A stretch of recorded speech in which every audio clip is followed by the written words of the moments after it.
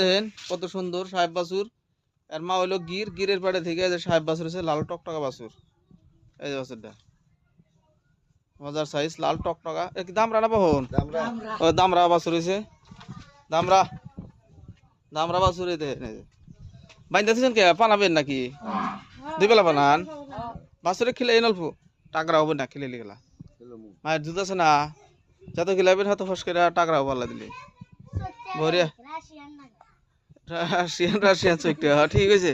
কেন বেলেগ দেশের বাছুর যে বেজিগুলা ফাঁকে থেকে আসে না, ওদের মধ্যে চোখগুলো হয়েছে এই যে দিকে চোখগুলা মাঠ বলে নাগাল হয়েছে গোল। আর কি জানি কালারটা বেলেগ বেলেগ না,